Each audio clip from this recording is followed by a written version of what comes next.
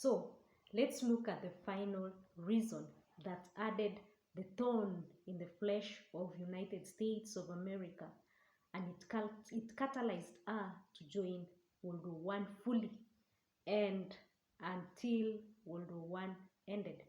So this final reason is that the Germans will sink any ship on the high seas, particularly the Atlantic.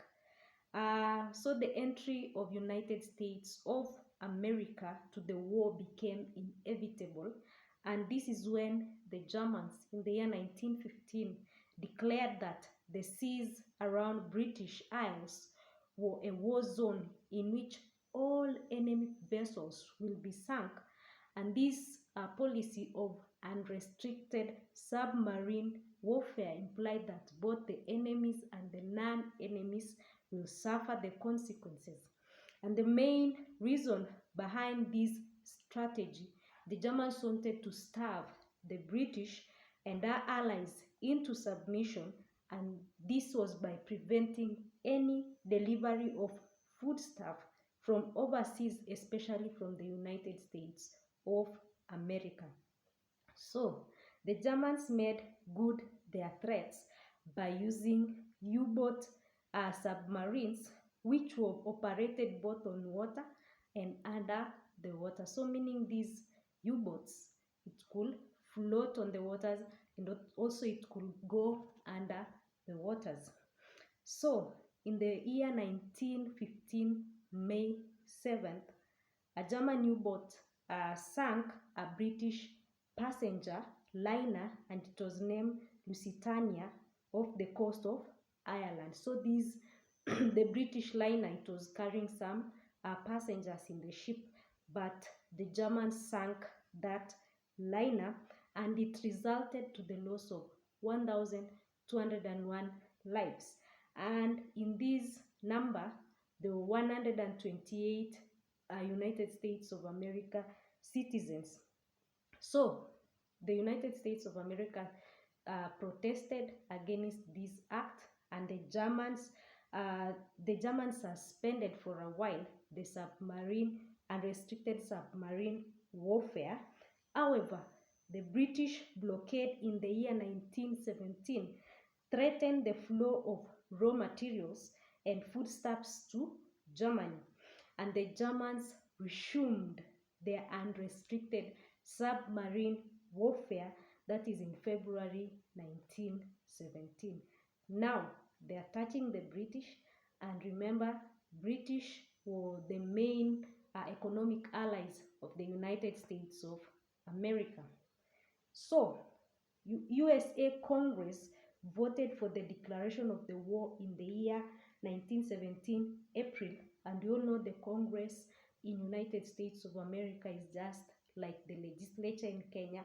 They can amend or they can change a law. So they voted for the declaration of the war on Germany in April 1917, and that is after the Germans sank the Sussex, a British ship that was ferrying American passengers to Europe. So United States of America entry into war gave the Allies an upper hand, because already the unrestricted submarine warfare spearheaded by the Germans had created a food crisis, that is in France and in Britain, and therefore it was like the American assistance was godsend to the Allies, because you all know that United States of America is a superpower. So the final phase of the war was from the spring to the autumn in the year 1918, and it amounted to race between trains carrying German troops to France from Russian front and the ships transporting US soldiers to France. Thus, a second battle was being fought in France, and it ended in the decisive defeat of Germany and her allies. And Austro-Hungarian Empire was the first to collapse, and in Germany the soldiers began muting, and even they deserted a German Kaiser. He was deserted by his general, and he fled to a place we call Holland. And the democratic and socialist politicians declared Germany a republic. And it was this group of politicians who met the supreme commander of the Allied forces, that he was called Ferdinand Foch. That is in 7th November 1918. And he gave Germany the following stiff conditions or terms. The first condition is that Germany was to withdraw from all occupied territories, including the overseas colony. And what you mean by overseas colonies, they are those colonies that Germans colonized outside Europe, including Africa, because in Africa we had overseas colony of Germany. So they had to withdraw from all occupied territories, whether in Europe as well as the overseas colonies. Another term or another condition is that all German forces west of Rhine were to be withdrawn. So we had German forces west of Rhine, and they had to be withdrawn. All German warships to surrender to the Allies. So all their warships, those warships, the warships that were participating in the unrestricted submarine warfare, they were now to surrender to the Allies. Occupation of some parts of Germany by the Allies. So the Allies sought to occupy some parts of Germany.